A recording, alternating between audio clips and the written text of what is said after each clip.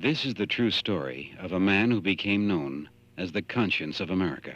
Names, places, and court records depicted are all authentic. It is ironic that he was prosecuted and persecuted for acts and language which have become a part of today's life. Ladies and gentlemen, Lenny Bruce.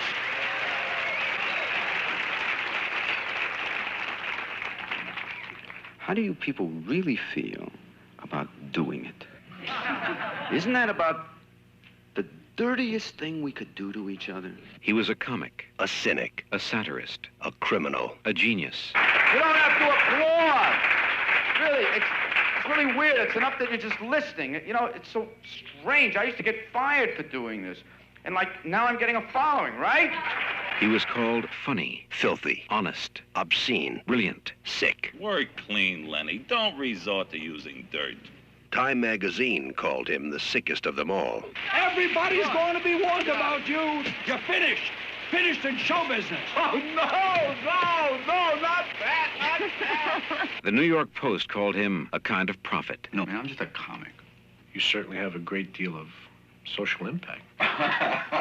Ed Sullivan described him as dynamic and original. We all want for a wife a combination Sunday school teacher and $500 a night hooker. Hot, honey, holla, let's hear everybody. Dorothy Kilgallen said he was a brilliant, moral man. Don't you want to tell me about the Chinese chick in the club?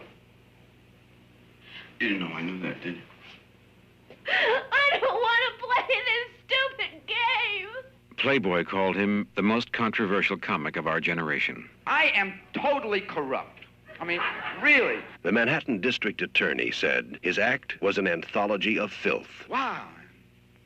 Have you ever seen so much blue in all your life? I seem to be under a little pressure here tonight to cool my act. He was arrested numerous times for obscenity. Man, what is that?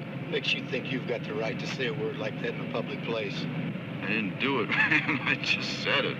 I'm ready to find you guilty right now.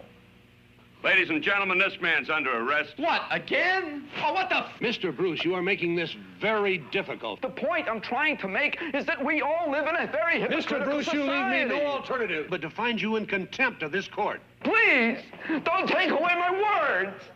Newsweek described his cause of death as an overdose of police. His obituary in Time magazine said he viewed life as a four-letter word.